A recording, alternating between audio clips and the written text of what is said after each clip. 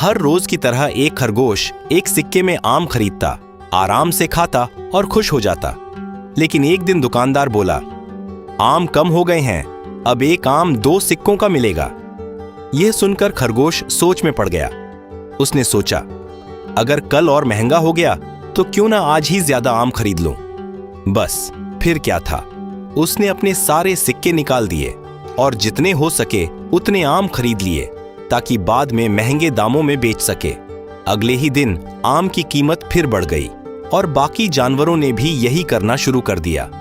अब कोई खाने के लिए आम नहीं खरीद रहा था, सब सिर्फ बेचकर फायदा कमाना चाहते थे। धीरे धीरे आम की कीमत 5 सिक्कों से 10 सिक्कों तक पहुंच गई। हर जगह आम के ढेर लग गए, लेकिन खाने के लिए नहीं, सिर्फ मुनाफे के लिए। पूरा शहर पागल हो चुका था। कोई खरीद रहा था, कोई बेच रहा था। सबको डर था कि कहीं मौका हाथ से न निकल जाए। फिर कीमत 20 सिक्कों तक पहुंच गई और चारों तरफ बस एक ही शोर था, कौन आम खरीदेगा? मेरे पास आम है, मैं 1 लूंगा, मैं 2 लूंगा, मैं 3 लूंगा।